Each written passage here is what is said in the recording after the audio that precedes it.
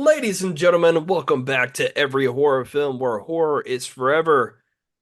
Merry Christmas, Happy Holidays, whatever you want to call it. But you know what? If you don't believe in Santa, I've got bad news for you.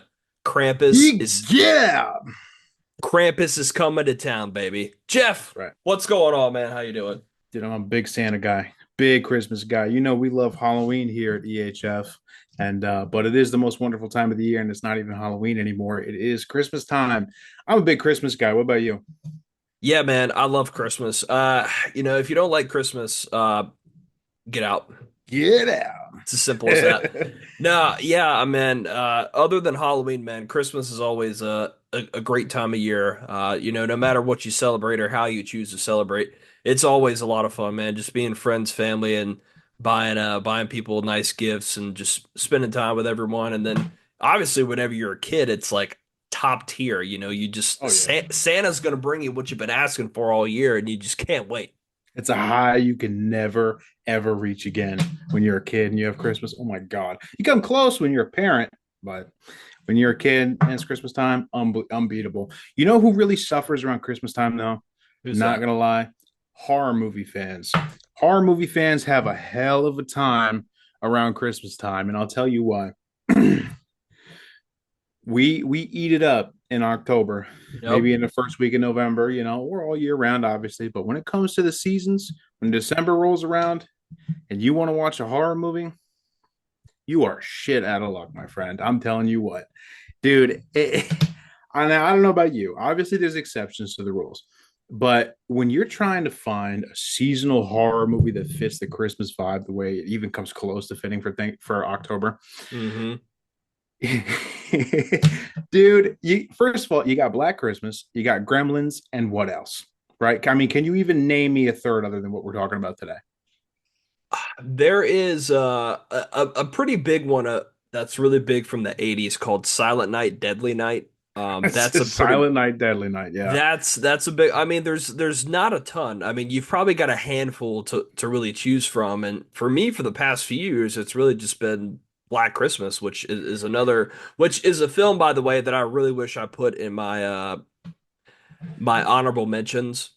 Within my top horror films. I'm sorry I didn't do that, Black Christmas, but yes, I do love you as a film. Yeah, you have those, and yeah, I've heard good things about Silent Night, Deadly Night. But what you're left with beyond that is just people just trying to just find something. And when they're trying to find something, dude, you get the most edge lord, gritty, ridiculous, like over the top, nonsensical, like horror takes on Christmas, dude. You get all the creatures were stirring. You get Oh God. Santa's sleigh, but sleigh isn't with a knife or Oh it's a God. wonderful knife, dude.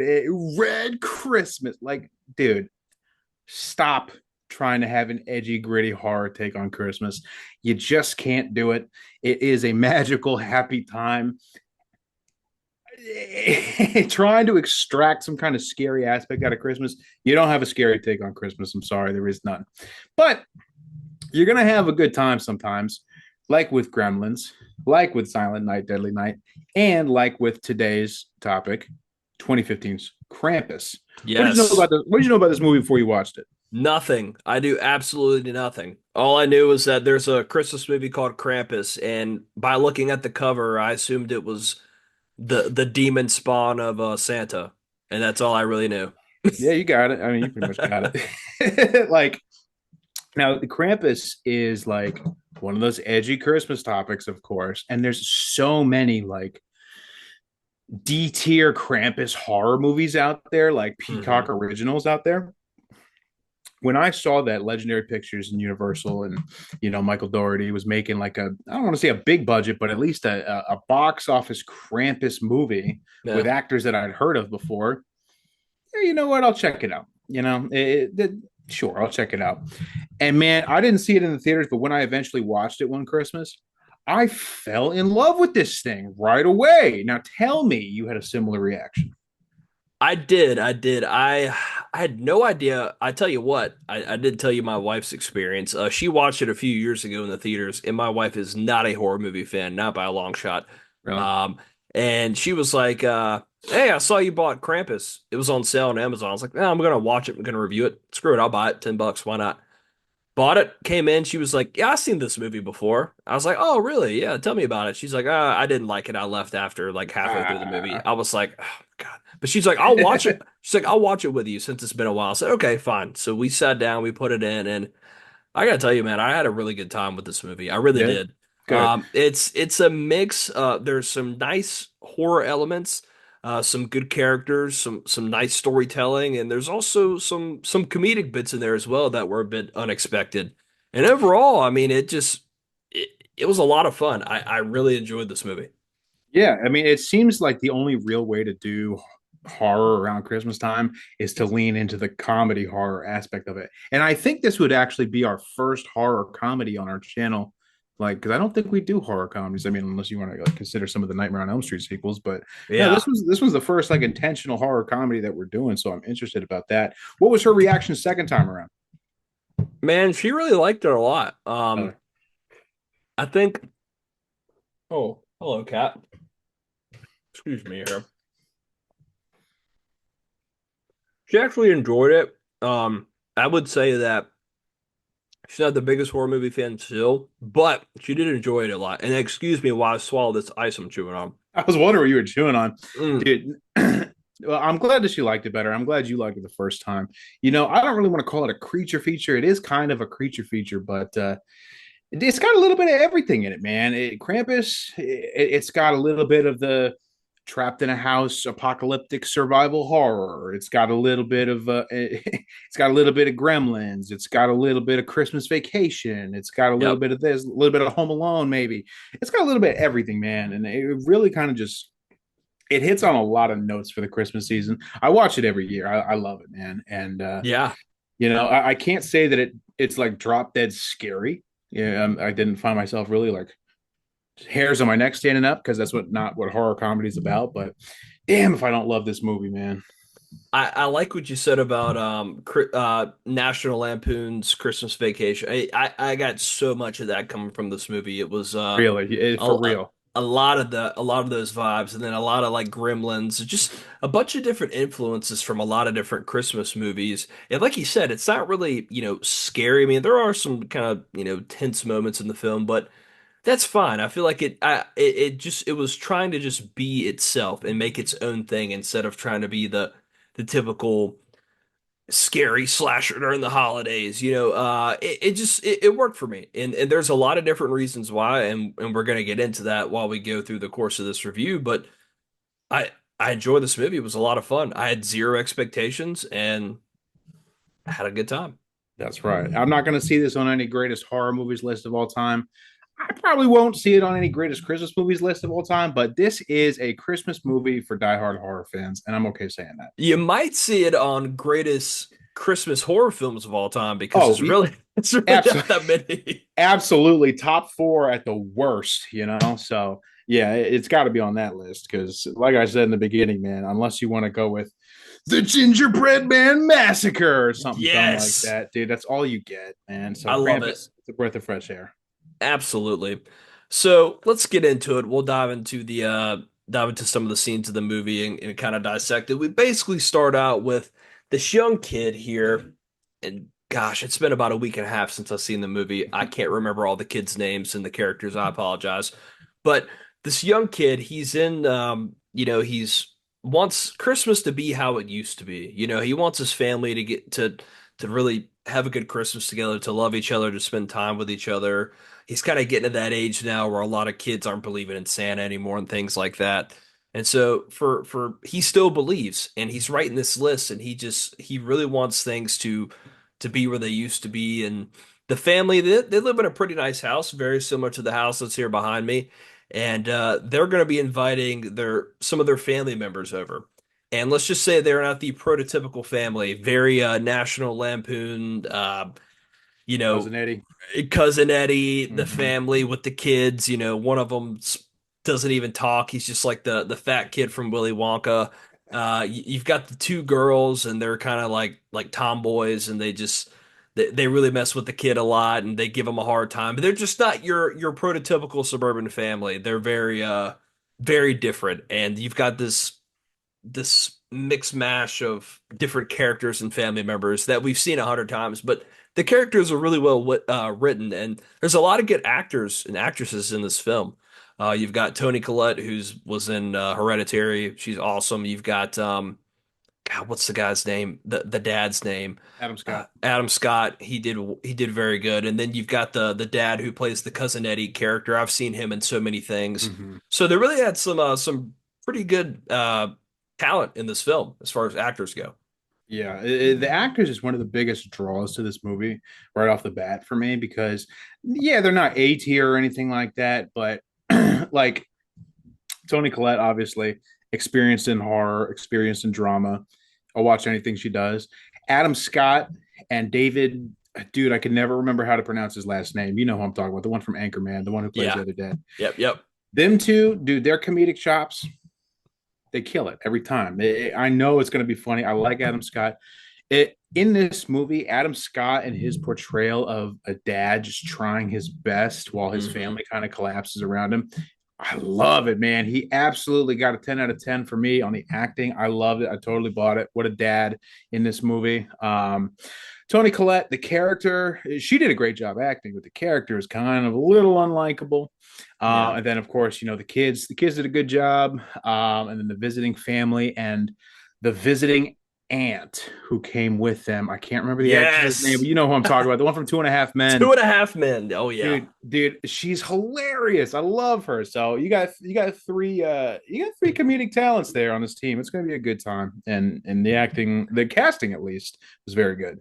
The aunt basically just played what she played in Two and a Half Men, just in a It's always different her. way. And it's just those characters that those actors or actresses that just do like the same thing, but it just works so well. Dude, she's like Vince Vaughn. It's just no one can play that character except for her because it's her. Exactly. So she was great. Love seeing her.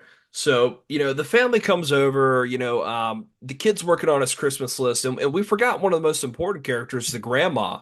Oh, She is very central to the plot of the film, and I'm not sure what language is it German. German? I think it's German. Okay. Yeah. And you can tell that she's really trying to keep up with the Christmas spirit, the cookies, the having the family together, wrapping presents, doing all this stuff. But when you watch it, you can kind of tell there's a little something there. You're not quite sure what's going on yet, but she's kind of little tense, a little on edge. She seems to maybe know something that we'll figure out later as we go. So the family comes over. We get to this one part. Everyone's kind of disgruntled. The teenage girl, she wants to just talk to her boyfriend all the time. All the other kids don't want to be there. They're sitting there at the dinner table and they're just not really getting along. And then the two twin girls, they steal the Christmas list from the little kid and they start reading it aloud in front of everyone. And they're really trying to pick on him and make fun of him. But it kind of backfires because he's like, I just want my family to get along. I just want my uncle and my aunt to get along, and I just want all this good stuff to happen. And they just start kind of laughing at him, and he just classic bad family interaction at Christmas. He's like, I hate all you guys. I'm going upstairs. And he just runs away. Yeah, screw you guys. Go to my room. Yeah, no, and you feel for the kid too. I know his age was said in there. I think he's like 10 or something, but Yeah. he's at that pivotal moment that every parent dreads. Where he's teetering on the fence there, and it's watching it this time around and having that kind of angle on it was hurtful because you want him to have that Christmas spirit, and the grandma Yep. wants that too, but when kids are picking on him and then he goes up to his room and the dad's like, still time to mail out that letter like a good dad would. Yep. And he gets all upset. He tears that shit up and it flies out the window. Dude, you feel that? That's an emotional gut punch. I feel it, man. I feel it in my guts, dude. Man. That's I sympathize for that kid. How old were you when you stopped believing in Santa? I'm trying to think. I can't really remember. It's probably around that age. I think nine. I think 9 or 10.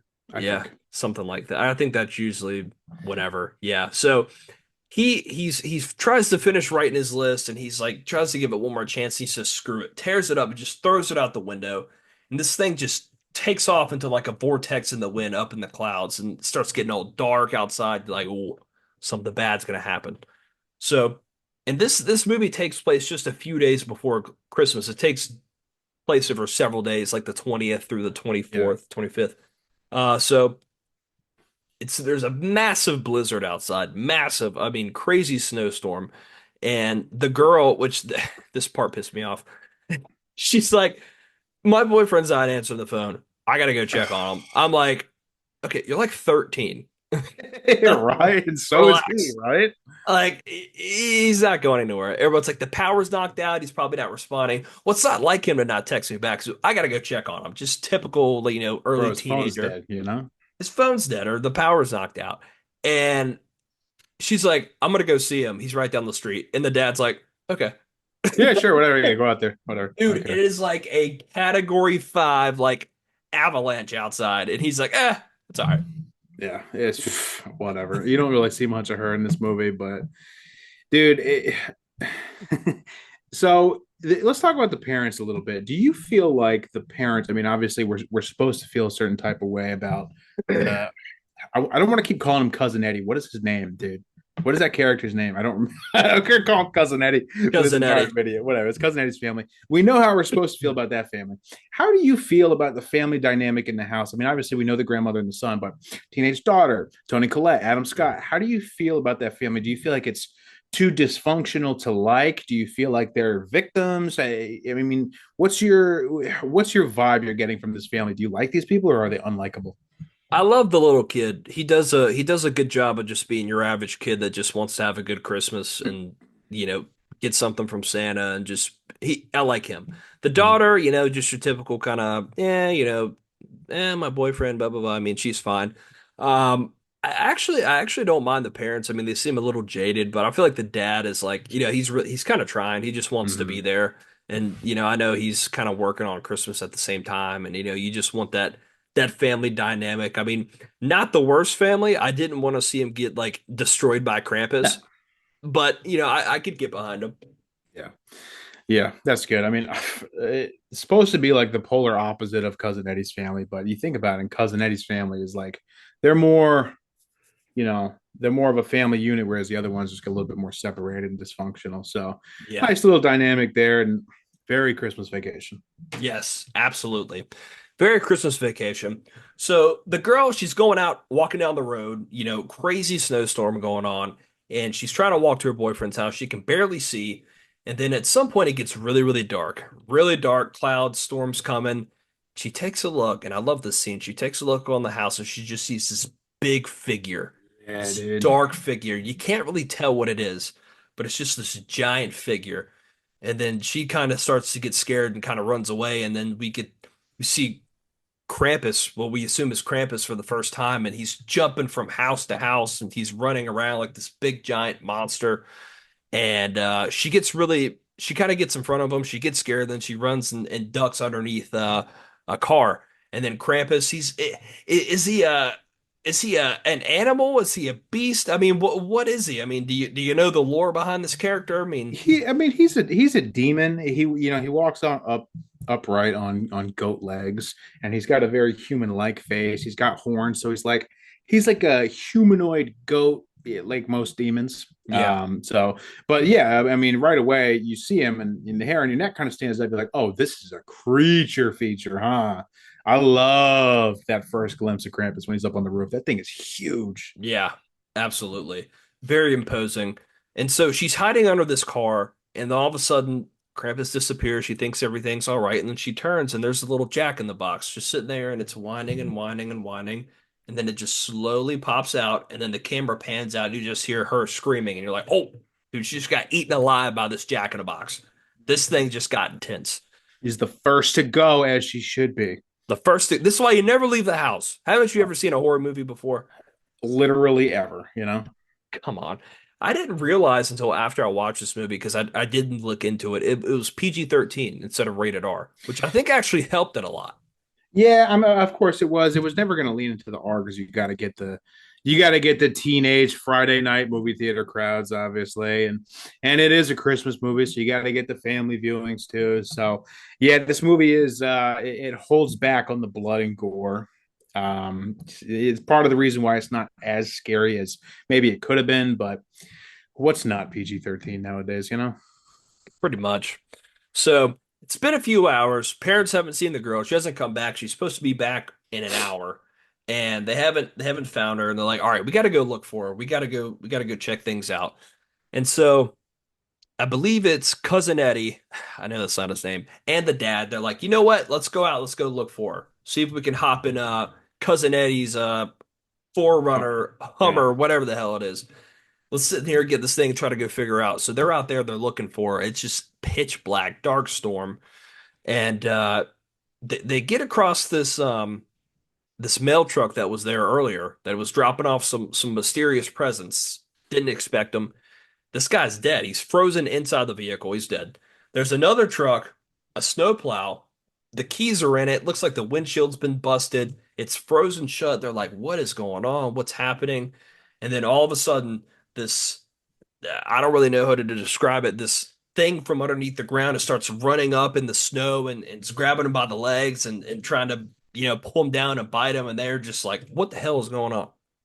Yeah. So, two things about that. But one, I love how much that actor cousin Eddie played up the stereotype of who he's supposed to be. Dude, when Adam Scott is such dude, I love this writing bit right here when Adam Scott was like, "Will your Hummer get through this?" Like just totally like just blissfully unaware of like blue collar lifestyles.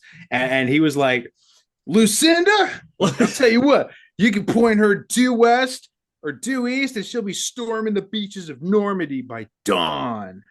Dude, and Classic. Adam Scott's like, all right, All right. like, dude, it so good, man. I love it. He's such a good casting for that kind of role, man. Yeah, he played that up really well. But yes, the sequence appears, and what appears to be like a snake or a shark under the snow, not Krampus. You know it's not Krampus because Krampus is a lot bigger than that. Yeah. There's something else under the snow hunting like Jaws. How many times have you seen something pull you under the tall grass or the snow or the sand or something like that? So doing that, it attacks him. They just barely escape. They get back to the house. Cousin Eddie's freaking out, screaming, and the kids are like starting to get nervous. Adam Scott's like, not here, not in front of the kids, and they kind of just like shut down. And they go and send the kids into the kitchen. He's tending to his wounds there. It something's going on. Something's going on. Something's under the snow other than Krampus. Exactly. So yeah, there's something going on there. I think Uncle Eddie gets his half his leg kind of like bitten, something like that Mm. happens. They drag him out. They go back to the house and they're like, what's going on here? And this is when the grandma starts to kind of come into play a little bit. She's like, we they're trying to figure out what to do. We need to leave. We need to go. And she's like, no. She's like, we got to keep the fire warm. I'm just like, interesting. Why do we need to keep the fire? I mean, yeah, it's cold outside, but she's like, no, we got to stay here. We got to keep the fire warm. And that certainly is something that comes into play a little bit later. Yeah, and one thing I forgot to mention while they were out looking for the daughter before they got bit, they went to the boyfriend's house and that thing was like trashed. There was a gingerbread cookie like stabbed to the wall like Michael Myers. There was Hmm. the fireplace was busted outwards, and I think cousin A was like, "What is it? A gas line?" I don't know about you, but there's no gas lines in my fireplace. And Yeah. then there's footprints in the snow on the living room floor, and it's like hoofs. He's like, that there's a hoof. And Adam Scott's like, what kind of goat walks on its hind legs? It's Dude, kind of tropey, kind of going through the motions, with the horror. Like, got to set up the suspense a little bit, but I'm loving it, dude. I'm in it. I love how you mentioned it there. The scene with the knife through the gingerbread man. I mean, that's Such a just shout out, dude. that is classic Halloween right there. I loved it. Yep, nice little Perfect. homage there. And I'm not gonna lie, dude. Like if that was me, if I walked into a house something like that and someone just put a knife through a gingerbread man, I'm like, we gotta get out of here, dude. Dude, that's the way I'm gonna decorate next year. I'll tell you what. Who would stab a gingerbread cookie? Well, we'll find out later. We But will. yeah, and another part that we didn't mention, and this is something that happens throughout the movie, is that whenever another character gets missing or gone or something, these creepy ass snowmen start showing up outside the house. I love that. Like the when the first Yeah. one popped up, like could you imagine if you were just like, at a house, big snowstorm, you wake up the next day and there's a giant snowman outside your house, like, it's kind And of it's weird. facing the house too. You never Fa- build a snowman facing the house. No, it's facing the house, it looks strange, and then the next day goes by and there's like a few more, and it's like that's creepy to me. Yeah, I do like the keeping a track of all the bodies to the snowman. I like that touch. That's real nice. Not really honed in on. I'm glad they weren't like, oh, it appears that there's a snowman for every victim. I'm glad they never dwelled on it. I'm glad it's like something you have to kind of put together by yourself. I'm glad they kind of left that open to interpretation.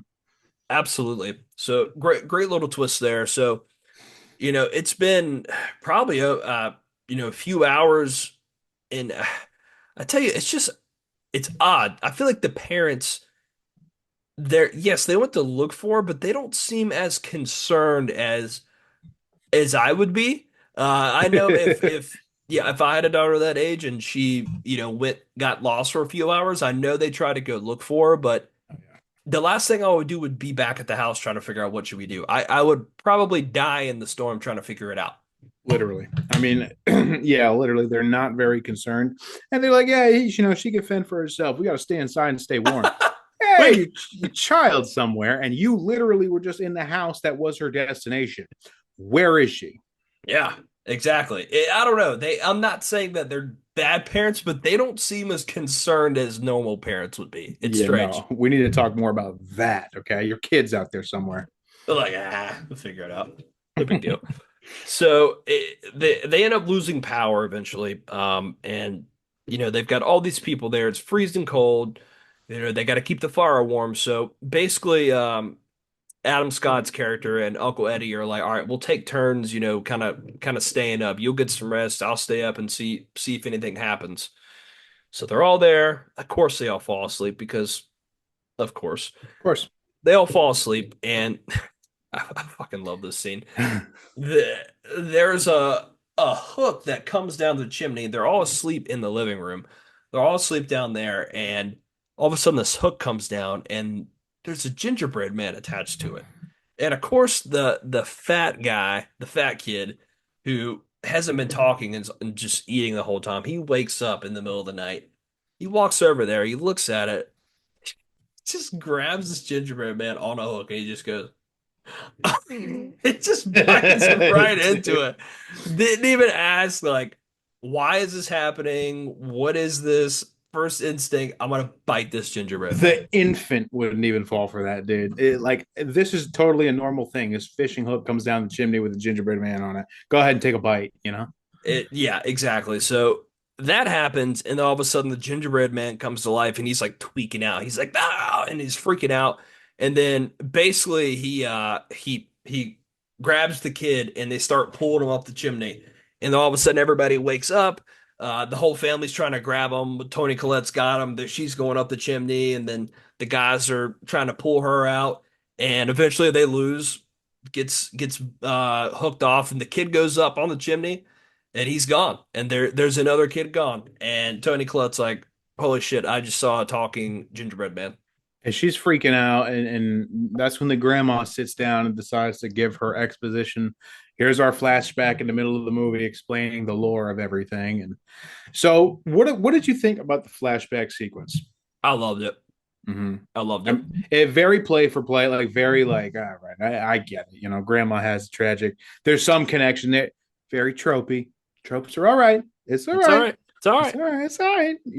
I It- like I like the animation style, the way that yeah. they did it. It wasn't just like a traditional flashback scene. I think it was kind of like a stop motion It type was deal. kind of Nightmare Before Christmas. Yeah, exactly. Yeah. Yeah, so I really liked it. And they explained it, yes, like we kind of understand what Krampus is a little bit, but it worked for me. It worked for me. And so basically we come to find out that the grandma was in a very, very similar situation as the little kid. You're getting a little bit older, you kind of want something for Christmas. And I think she was in like a very poor part of Germany and she just wanted her village or town to just all come together. And her mom or dad are fighting and they're not getting along. And for Christmas, she's like, I wish they weren't here. I wish you would just take them away. And then we get this scene in the flashback where Krampus comes and he takes both the parents and then he glides past the doorway of the grandma, who's a girl at the time, just gives her a little wink, and he takes off into the night. And she was left alone, and her Yeah. parents never returned. Very children's Christmas story, very German children's Christmas story. But yeah, there's your grandma's connection. No one's buying it, obviously. You know, their cousin Eddie's talking about how it's horse shit, and Adam Scott doesn't even believe it, but Tony Collette's like, I don't know, and not telling anyone that she saw a talking gingerbread man up the chimney, but it mentioned that. Tell someone about that, but she's not saying anything. So I don't know. Do you think? Do you think if all this was happening to you, and your grandma just sat down and was like, "Hey, listen, there's an anti-Santa demon out there, and he's hungry for people." Do you think you believe that if you saw all this happening? Yes, I want to believe, you I know. would, because I'm a believer in the paranormal. I know this isn't Mm. really like a paranormal. I don't know. Supernatural. I mean, what else would be happening at this point? How would you have I mean, I can understand the daughter going missing, but a hook coming out with a gingerbread man that she saw talk to her. I don't know, man. I mean, what other explanations do they have? Yeah. No, I love it. I wasn't really familiar with the lore, the legend of Krampus. Before this movie, I'm glad this movie explained it to me the way I did Mhm. because I've never really been exposed to the Krampus legend before. It could be a whole bunch of movie horse shit. I don't know, but I've never been exposed to it. I've never heard about Krampus before this movie. Have you? No, no. I mean, I've heard the name, and I kind of just made an assumption of it was the opposite of Santa, basically. Yeah. But I mean, pretty much come to find out that basically when you stop believing and when you stop, realizing the true meaning of Christmas, Krampus will make you pay for that. Mm. And that's kind of something we'll talk about at the end of the movie is he really a villain? I mean, yes, but Mm. it's kind of something that's maybe up for debate. Thought So provoking. the kids go away, and then or the the kid goes up the chimney. He's gone. The parents got to start trying to figure out what's going on. They start hearing like some noises up in the basement. So some of them go upstairs. Tony Collette, Adam Scott, some of the kids that go upstairs, and then you got Uncle Eddie. He's downstairs, and we basically get like two different situations Uncle Eddie, where you know, I love it, yes, dude. exactly. And we get this one where they're upstairs in the act, they're hearing these noises, and I gotta tell, this might be like one of my second favorite part of the movie. Remember that Jack in the Box from earlier I was talking about? Yo, that attic sequence with the Jack in the Box, the way they rolled that out, everything all the way down to the creature design. I've been so excited to talk about that. That is my highlight of this movie. That is my favorite part of Krampus is this sequence in the attic with the Jack in the Box, dude. Oh, I love it. Bro, they're hearing some noises, they're looking around. Some of the presents that they brought, the mysterious presents that they had, they were brought upstairs into the attic. Looks like they had been kind of ripped up a little bit, and she wanted to rewrap them. The aunt did, and then all of a sudden they basically come alive.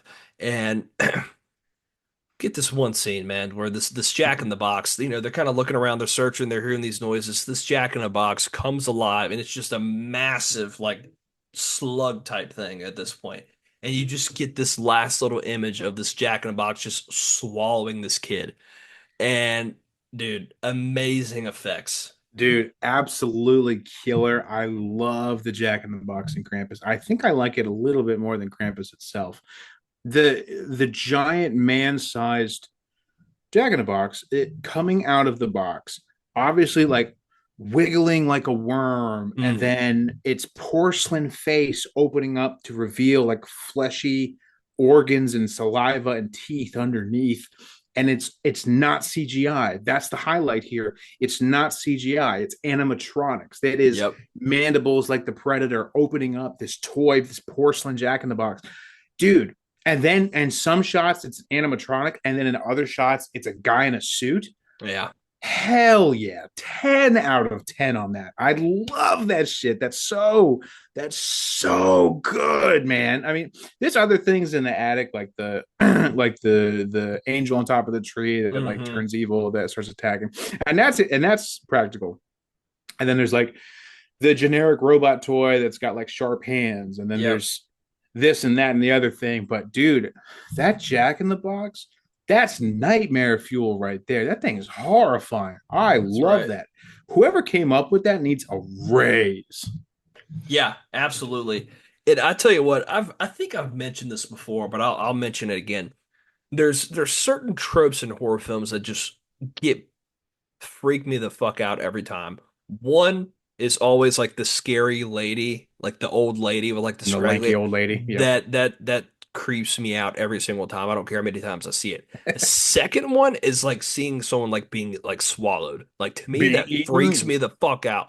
Like like in this movie and then in the taking of Deborah Logan that Yes, that's happens. the one I was thinking of. Dude, dude, that lives rent free in my head. Yes. The scenes like that always like terrify the hell out of me. And when I see one of those, I'm like, oh Yeah, especially when it's a kid, especially when it's yeah, eating a kid, and even Pennywise to a certain extent, dude. Like, yeah, yeah, when it's eating a kid on screen and it's practical, it's not CGI. It gets you. Taking a Deborah Logan, that popped into my boom. head as soon as you started talking, dude. That's a big one too. Yeah, so that things like that always get me. So I was like, I was not expecting that in this movie. So props to you, Krampus. Yeah, So that basically that happens. The family's fighting off all these different kinds of animals and things, or ornaments and toys and all this stuff. And finally they kind of get a handle on things. And one of the kids is like, I guess was burped up or pulled out. I don't know. They got slime all over them. They survived, and the lady, the aunt, almost gets to the Jack in the Box, but it sneaks off into the vents of the house, and it's going upstairs, moving around. Meanwhile, downstairs we've got Uncle Eddie fighting off these talking gingerbread men, yeah. and in a scene that's more hilarious than scary, but it's fun. It works. The gingerbread men are hilarious, and the little voices and faces they make, it's funny. Yeah, that scene. Kudos to the Cousin Eddie actor who was, carrying the scene obviously against CGI creatures, not practical this time. I got to tell you, the gingerbread man, yeah, it's my weakest aspect of the movie. I'm not a Hmm. fan of that. Little too Ewok, little too Minions, little too Gremlins 2 for me. Yeah. Yeah, a little more horror, a little more comedy than horror, I would say. I could have done without the whole gingerbread man. That wasn't scary for a single second to me, but Yeah. I don't know. I say sorry for not being scared of gingerbread men, by the way. You know what I'm saying? Come But on. I mean, no, the sequence is entertaining. Entertaining sequence with him with the gun and all that. But I don't know. After the Jack in the Box, it's just hard to live up to it. it's tough to come to overcome, swallowing a kid live on TV. Yeah, dude, I love that, dude. I just gotta say it again. I love that Jack in the Box. I had to go Yeah. back and like Google image search it, and, like see the flesh under the porcelain. It was awesome. Yeah. So that's the sixth scene. He's like shooting, and the dog eats some of the gingerbread, and he's alive. He's alive. Yeah, So they all kind of reconvene downstairs, and they hear the thing moving around in the house. So they let the dog go upstairs, or go through the vent and try to find it. And then it runs up there, and it's all of a sudden it gets quiet for a few minutes, and then boom, Jack in the Box falls from up top of the house, crashes through the roof, knocks everybody out. They're all on the ground, and our two and a half lady character. We should probably do a better job of knowing the actor and we should actresses' know this, names. but We should, it's but everyone knows what we're talking about, okay? that's fine. Yeah, So she basically all the animals come back for one last kind of hoorah, trying to take everyone out, and then she grabs the shotgun that Uncle Eddie's been carrying around, blasts one of the things, blasts another one, and then she's like, "But will you shoot this Jack in a Box?" And she's like, I thought you'd never ask. I don't know when she says something like that. Cocks it up, and then as soon as she's getting ready to do it, boom, comes through the window. It's a pack of freaking elves, dude. And I'm not gonna lie to you, these designs are awesome, incredible. yes. I love the centuries old elves in the robes and masks. Yeah, Very good take. After the gingerbread men, I was kind of expecting like CGI, like Snow White and the Seven Dwarfs to like hop through the window, but knowing that it's guys in like in like a gothic festival costume yeah, and mask, that was great. Extra effort, and you never get a good look at the elves' faces, no, but you see just enough to see that they put care and effort into every single one. Every single one is a little unique, dude. The creature design, the effects, just the art style here. Absolutely love it. The elves are great. Absolutely Awesome. great take on elves. They very easily could have went with like the hokey, like traditional elf that's like cute and funny, and they just Yeah, made it into something. But no, they went in a totally different direction that yeah. worked. You get the close-ups on their face, and it looks really good. So the elves, they come in, they kind of like hold the family hostage for a little bit. It's just I love the scene where they come in, and then the Jack in a Box is like, "Oh, you saved me!" It like hugs one of the elves. It's like, "Thank you, Yeah, thank you yeah. for saving me." The guy in the Jack in the Box suit, man. Guy's a star of the show, and he doesn't even know it. Exactly. So, and then they come in, they take the little baby from the family, which I mean, they're taking everybody. They're taking all the prisoners. They take the baby, and then basically they wrap up the aunt. They've got her, hooked on to something like a sleigh or something. And then she goes, "I'll see you in hell," and they just yank her out through the window. She's gone. The house is destroyed. There's no power. The window's wide open. It's cold as hell. And they're just like, man, what are we gonna do? You're waiting for the family to get their comeuppance, and it feels like, nothing goes right. Nothing's ever gonna happen. And so they're like, what are we gonna do? And then they're like, they kind of devise a plan that they gotta go back out in the wilderness. They gotta get to the snowplow, and the snowplow, they'll go to the city and find some people. We gotta do something because what we're doing right now ain't working. Yep, and that's when the grandma, of course, stays behind to sacrifice herself and distract Krampus, and Krampus comes down Woo. the chimney and he's lumbering, his big footsteps, his dramatic build up, and he arrives in front of Grandma, and Grandma goes, "Chris McNeil, we've met before," Oh and God. but you know how that ends up. But Grandma has her reunion with Krampus. The family gets to the snowplow. Over I think, real quick, real quick. This is really the first time we've got an up close look at yeah, Krampus. The other time we've seen him has been far away. So he comes down, he makes a dramatic entrance. We kind of see his face. He's got like a old decrepit like Santa mask on. He's got like these long nails, he's got the hooves, he's got the Santa suit on, and he kind of just very, very yeah, I like the design. I like it a lot. It looks really good. what your first reaction to it was? It what you expected? I no, I expected more of like an animalistic demon look in the face. Goat head or something? Yeah, but I like the fact that they went like the like old dried up like Santa face Yeah. mask or whatever. I think it worked really well. So yeah, I was a fan. I mean, not the scariest thing, but it worked well enough. But some of the later scenes I think work even better with his design, but this scene worked just fine. Yeah, it was not the face I was expecting either. Kind of that preserved Santa head, but it could be a mask, could Yeah, not be.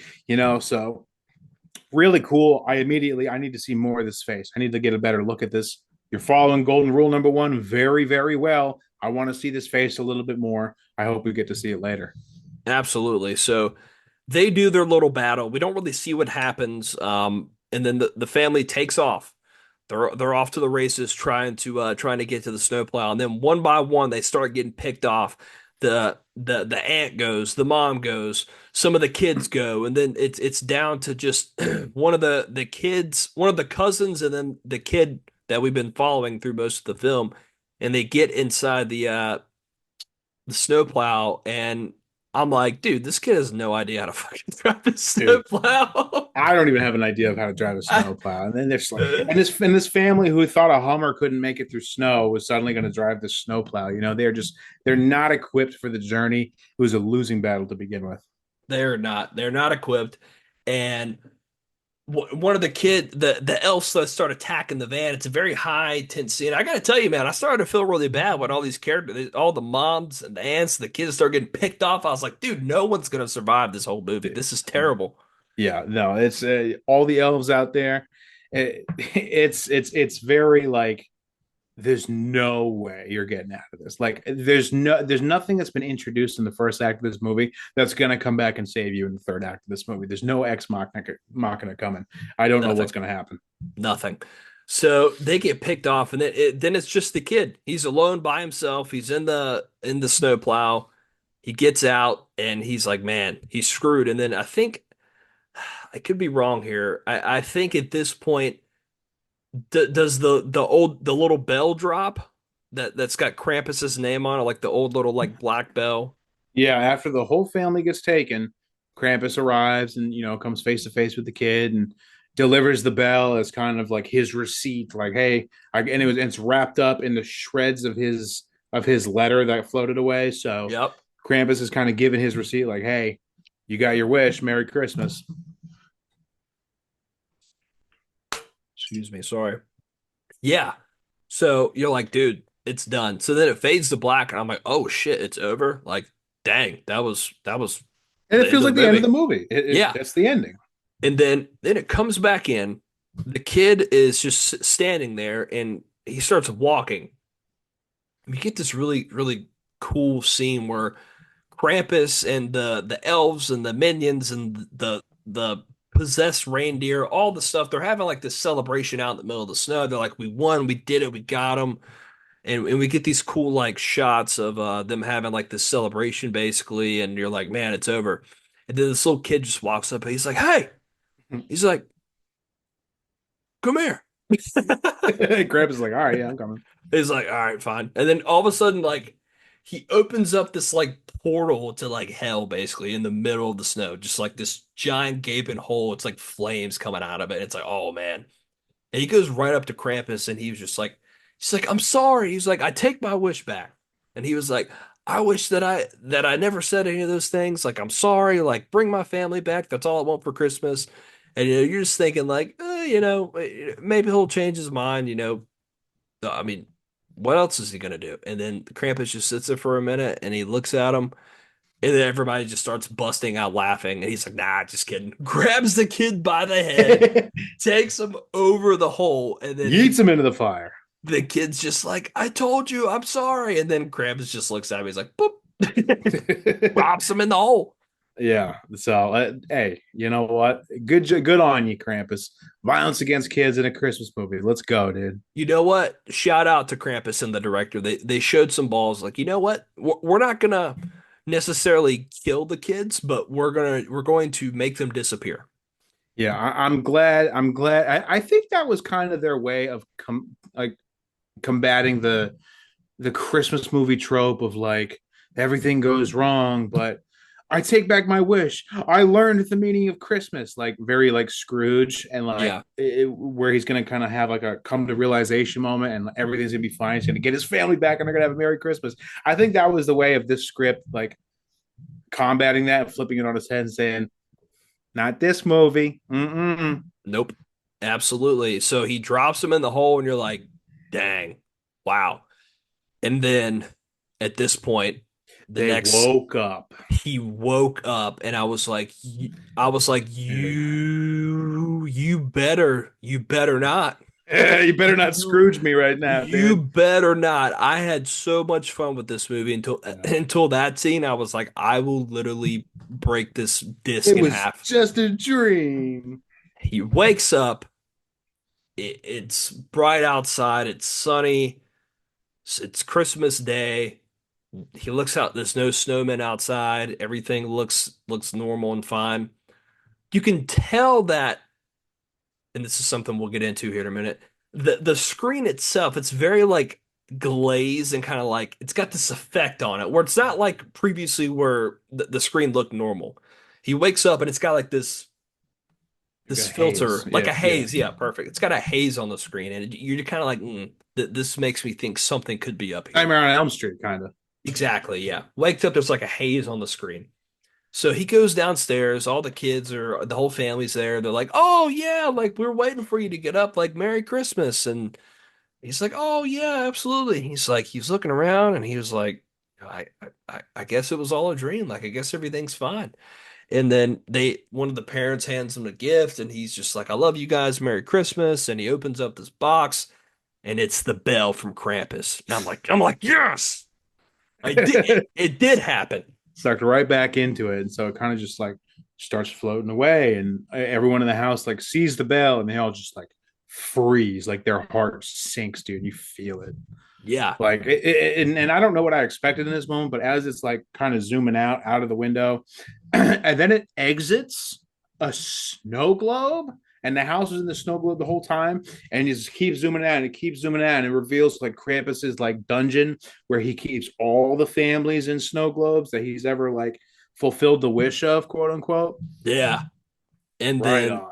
and then boom, the movie ends. There's a little jump scare at the end with the elves, but that little pan out, dude, with the trapped in the snow globe, and you see him like putting it down whenever it zooms out, and you've got all the other thousands and thousands of snow globes doing the same thing, and boom, it's over. I was like, damn. I was I, like, that's a good ending.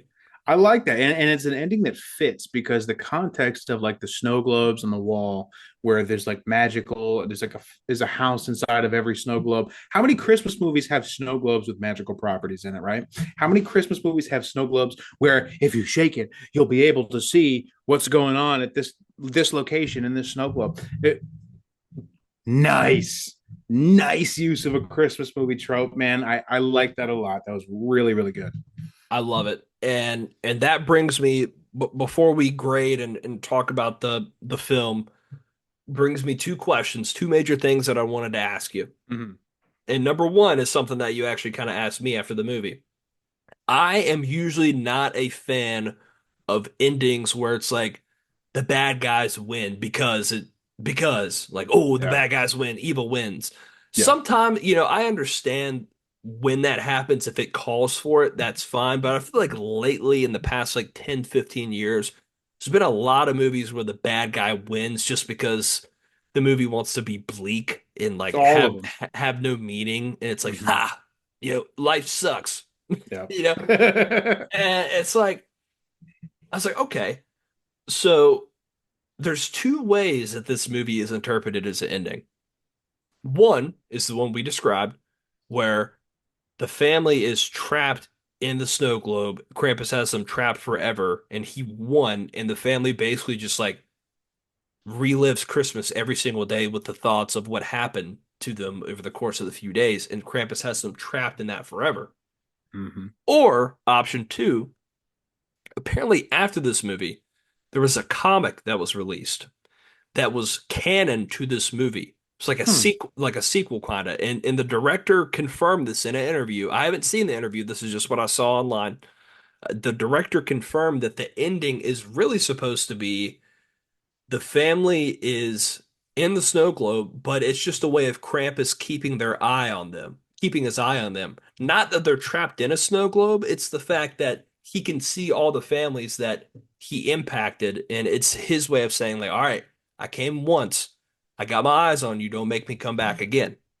So they're not actually like dead or in purgatory or anything. No. So that's Hmm. the confirmed way of looking at it.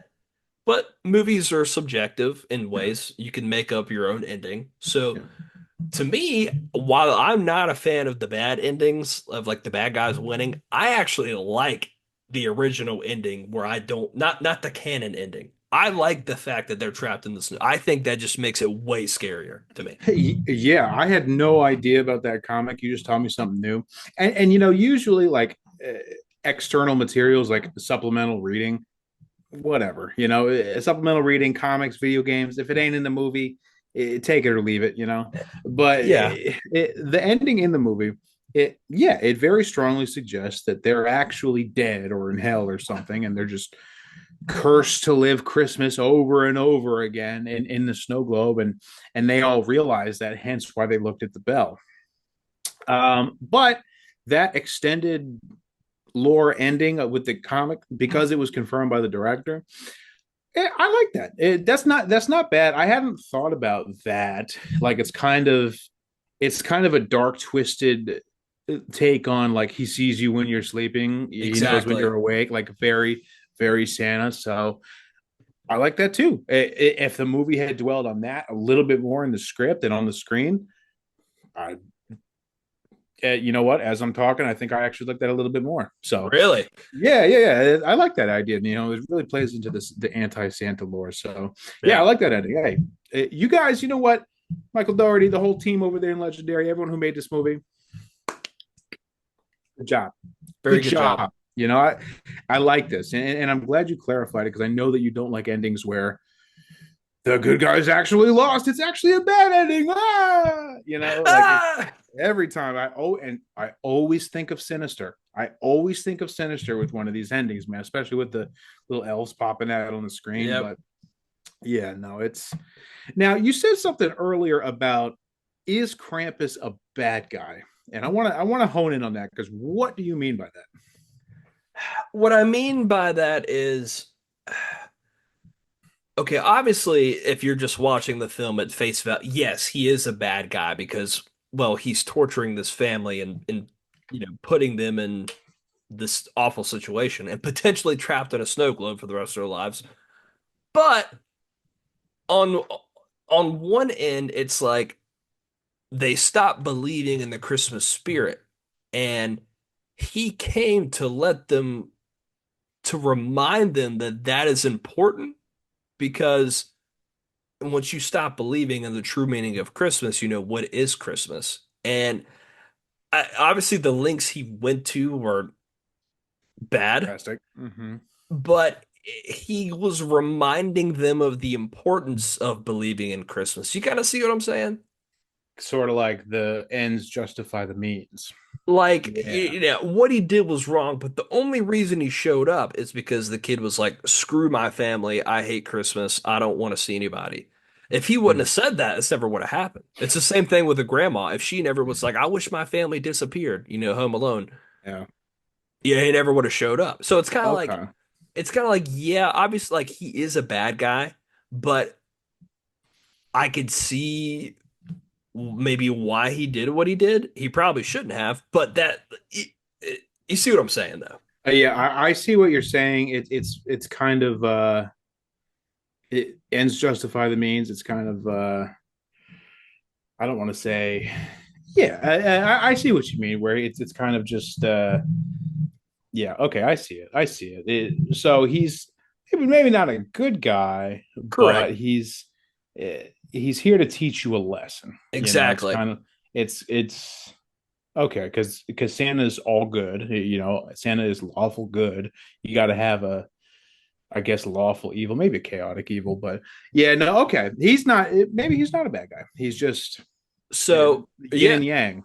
And if you think about it with the ending that I mentioned with the comic book, you could say, hey, he taught this family a very bad lesson, but an important one that it's important to believe in the spirit of Christmas, believe in your family, love them, cherish everything, because I gave you, well, you can't see this golf ball I have because it's yeah.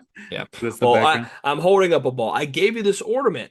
Now you're going to use this to remember whenever you start to not believe in Christmas because if you don't, I'll come back, and next time you might not come back. So Mm-hmm. it's an important lesson, but it's a very drastic one. But It fits with the lore of Christmas, because Santa would leave a bell under the tree for kids who might be losing faith. You know what I mean? So yep. I like that. You know what? This movie it it recognizes tropes about horror movies. It recognizes tropes about Christmas movies. It recognizes tropes about Christmas lore, Mhm. and it really just kind of plays into each of them, just kind of using them as a platform and leapfrogging along. It doesn't try to flip any kind of lore or trope on its head, maybe like in a Violent Nature try to flip a trope on its head, but it plays into it in a way that you only expect Christmas movies to do. So yeah, I think this as a horror movie and as a Christmas movie individually, I think it does its job. I think it does its job in each respectable category, and as a horror comedy movie, does its job there too. So yeah, they did a nice job with this movie, man. I really appreciate this movie. They did. They did. They did a really nice job. So let's get into how we're gonna rate the movie. Do you have it on Blu-ray? Of course, I do. All right. Well, so do I. All right. Well, I will let you take the honors first since All you right, own the Blu-ray. I will go first since I own the Blu-ray. Obviously, You owned it first, so I owned it. I owned it first. Yes, I helped influence you into buying the Blu-ray. Let's call it that way. How about that? yes. Okay, so I'm going to give you my golden rules as I do with every horror movie. Shout out Norwegian Game Hunter. Okay, my four golden rules of horror movies, and horror comedy is not excluded from this because if you want to play in the horror game, you got to play by the horror rules. That's right. Golden rule number one: don't show me the monster. You passed. You absolutely nailed it. I never got a good look at the elves. I wanted to. I never got enough of a good look at the Jack in the Box. I really wanted to. And even though I got a little bit more of a glimpse of Krampus, there's so much going on in that costume that I didn't get enough time to analyze it all. Every time I look at the Krampus on screen, I recognize something else that I didn't notice before. This time it was like the chains and bells wrapped around him, and maybe his sash and all that. And there's even more things that I can't picture right now. If I have to go to Google Images to understand the character's design more, you passed. You got the rule. So Yep. you nailed it. And I want to see more of that damn Jack in the Box, dude. Um, Golden rule number two: don't rely only on jump scares. Just because I wasn't scared of a movie doesn't mean the movie doesn't have scares. Um, I don't think it relied only on jump scares. There were jump scares, of course, but a big and surprising magic bullet in this one is the creature design, like the Jack in the Box, like Krampus's face. So, no, there's horror elements that come in more than just a boo, So I'll give you that one. You get that rule. That's 2 out of 4 right there. You move from a D to a C. Golden rule number three: be scary at all times, not just when the threat is on screen. It's kind of a toss up between the threat is always on screen and you're not actually making this rule. So I can't really give you this. I only really felt any kind of adrenaline when something was going on, but something was almost always going on, once Krampus arrived to town. So I can't really, in all fairness, give you that one. And golden rule number four: push the boundaries. You know what? I'm in a holly jolly mood. I'm going to give you this one because you push the boundary of practical effects. Okay. In 2015, a decent sized studio picture, Christmas horror movie, no less, you took the effort to make the animatronic Jack in the Box. You took the effort to carve out so many aspects of Krampus's costume. You took the time to develop a very unique and horror friendly take on elves. Elves are not scary, and you found a way to make them scary.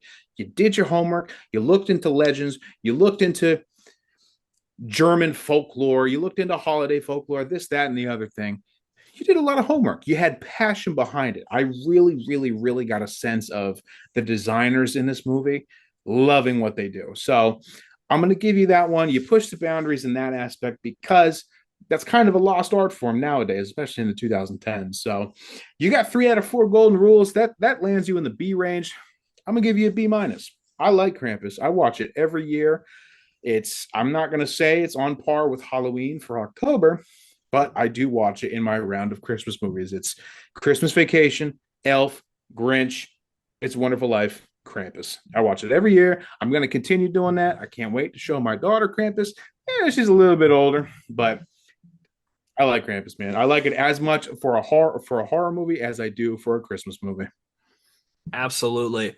I agree with you in pretty much everything that you said. Going into this, I had no idea what to expect. I didn't know if it was going to be straight crazy horror comedy. I had no idea what to expect. Um, I really like this movie a lot. Very solid characters.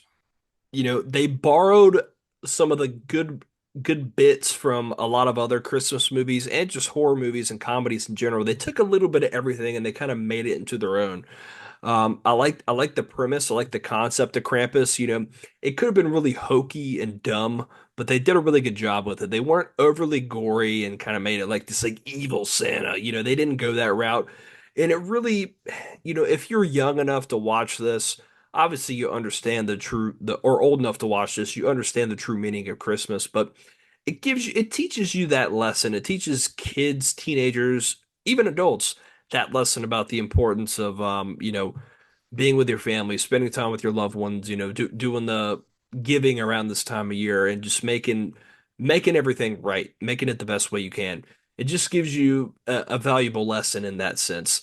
It's not necessarily scary, but there are some spooky moments, and I like the designs of the characters, like you said, Krampus, the elves, all the designs were fantastic. I love stuff that takes place in the snow; it just gets me every time. And then the ending, dude, the ending was nuts. I really like the ending a lot, and that's a lot coming from me, someone who doesn't like bad endings. But you Hmm. can take that whichever way you want, the happy ending or the bad ending. But overall, I had a lot of fun with this movie. I would definitely watch it again next year. I'm gonna give it a B. I'm gonna give it a Nice. solid B, B minus somewhere in that territory. I'm glad I could say there's a horror Christmas film other than Black Christmas or Gremlins that I actually enjoy. So I had a lot of fun with this movie. Good. Yeah, I'm glad to hear that. It is the season of magic and giving and feeling good about yourself. And I'm glad that a horror movie didn't make me feel stupid after watching it. Like, dude, and like you said, I'm glad it didn't take it to the evil Santa, gritty, tearing people apart. Yeah, It didn't take itself too seriously. It really recognized the impossibility of making a scary, violent, gritty Christmas movie, So I'm happy with what we got. I'm happy we didn't get like Jingle Bells Sleigh. It's something stupid like that. So they recognized what they were and they delivered on it. that's right. That's right. So big fan of Krampus. Definitely. I think there's actually been a few sequels to this. I don't. So not I officially. Okay. That's what I was gonna say. I don't know if they're like direct sequels or they just kind of like Krampus 2. Let's pick up. I don't know. There's a Titanic 2 out there. Did you know that? There is. It's not official. Oh God. Yeah. Yeah, they found a way around that. There's a lot of hokey Krampus ones out there. Very, very crackle original. Oh God. Well, you do know what maybe was an authorized movie sequel that's coming out very soon. Ooh, we waited all year for this, didn't we? We talked about this months Ooh, ago. Ooh, what's the time of the year? man, Christmas Day, Nosferatu is coming out. I am pumped. This is number one movie of the year for me. I had to wait literally all year to see it. I said it back in March, dude. This is my most anticipated. Alien Romulus was a close second, but Nosferatu is right around the corner. I cannot wait to see it. God, I hope it's good. I cannot wait to eat my words if it's terrible, but I don't think it's gonna Oh, be. I don't think so. I think it's going to be good, and That's we're next.